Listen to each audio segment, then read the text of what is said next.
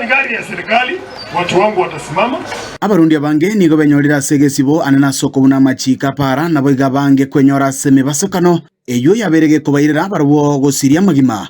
Litukula rero ababwatani boboteneneri bwa machiko ye para nigo bomerana n'abarundi imeye county ya Kisii asoko no bosemia nabo igogusanga ali arengete okulinda machiko bakoragwa no muteneneri w'ekiombe kya NTSA asorogo ngoroiga. My name is Aden Ado. I'm the regional manager at NTSA South Nyanza.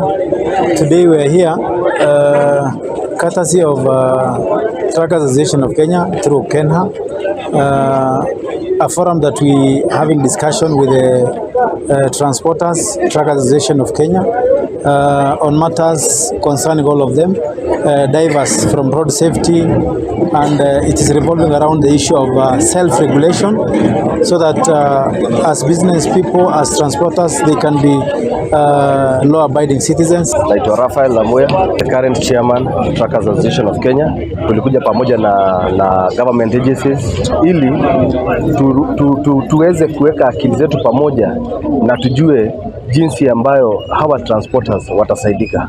Gusanga ekerekio no mu engineer w'ekiombe gya KENHA Peter Ngatebirenga matuka mange ni gabarundi abaiga bakwenyora sama mocho. Changamoto kubwa sana ambayo tumeona ni kuwa kwa muda mrefu hawajaelimishwa kwa sheria ambazo wanafaa kufuata wakati ambapo wanabeba mchanga. Gideon Yakwara oyoro mokonyi bu director we enforcement me county ya Kisii ngoboigo abekukubole gucha sabarundi kwebwaterania sogosanga ibirengerero byabo wakati wa public participation waweze kuattend ili kwamba maslahi yao yanaweza kuwekwa kwa finance bill. Omwelioje abarundi abaiga nigo bagokera okonyoro bosibole bwokore emirimo batari gopimerwa ebiro ngana boigo batebirenga ogosemeria nkorororo kuguchukubwatia machika yaiga asokulinda magima. Kama tumepata kuna shida ya kutransport mchanga kutoka 6 hadi 6 PM, na hiyo kitu tulizungumzia na president akakubali tufanye kazi 24 hours.